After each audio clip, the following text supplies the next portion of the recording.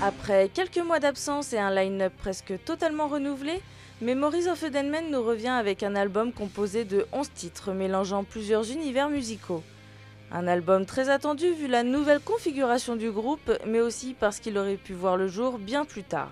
En 2011, Pierre, le nouveau chanteur, intègre le groupe. Il n'aura que 4 mois pour écrire les paroles de ce nouvel album. Le temps de retrouver un chanteur après 50-60 auditions de chanteurs, on a sorti Mais entre-temps avec des invités pour justement pallier un petit peu au temps et faire en sorte que le groupe continue à être présent.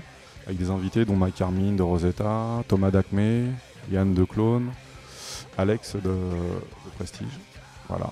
Et puis, la rencontre avec Pierre dans un bar. J'ai vraiment besoin de ça pour travailler, j'ai besoin qu'un truc qui me brusque et tout ça, sinon je vadrouille, quoi, je rêvasse. Donc c'était bien d'arriver dans ce groupe et direct pression, et voilà, quoi. Au bout de 2 répètes, concert, pas de problème.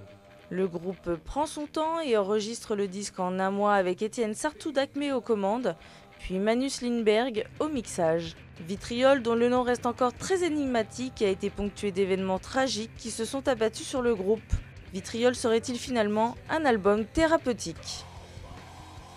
Vitriol, ça peut être aussi bien de l'acide sulfurique, qui peut des fois un peu correspondre à la musique, sinon ça peut être un acronyme, c'est-à-dire les initiales de 7, comme l'a dit Ben, 7 noms latins, qui au final forment une phrase. On trouve plein de côtés, beaucoup un côté alchimiste, mais moi je l'ai pas mis dans ce sens-là. Un côté franc-maçonnique, un côté religieux, ça explore beaucoup de côtés, donc chacun trouvera son compte dans son interprétation. Donc chacun le verra comme il veut. Nous moi quand j'ai écrit le titre et notamment les paroles qui vont avec, c'était plus la personne en soi, en fait, un aboutissement de vraiment un combat perpétuel, en fait. Ce que veut vraiment dire le mot vitriol, en fait, c'est vraiment la recherche intérieure. Tu recherches vraiment, tu vas t'en prendre plein la tête, mais une fois que tu auras vraiment fini par te chercher, que tu en auras vraiment pris plein la gueule, tu vas voir, tu vas te relever et tu seras content de t'être pris tout ça dans la gueule. En fait, c'était surtout basé là-dessus, et les textes parlent beaucoup de ça, oui. Côté maso, oui, mais au final, je trouve qu'il est bon, en fait. Ça permet plein de choses. Et du coup, je l'ai enregistré, j'ai bien eu